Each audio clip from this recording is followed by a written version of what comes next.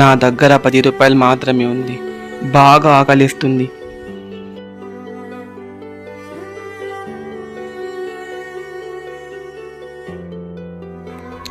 అక్క తీసుకో అక్క. చల్లగుండు నాన్న. పాపం ఫేస్ చూస్తుంటే ఏం తిననట్టున్నాడే.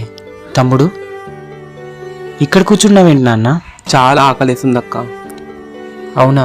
మరి అంత ఆకలి పెట్టుకొని ఈ 10 రూపాయలు కూడా నాకు ఇచ్చేస్తే నీ ఆకలి ఎలా తీరుతుంది చెప్పు? నిన్ను చూసి ఇవ్వాలనిపించింది అక్క.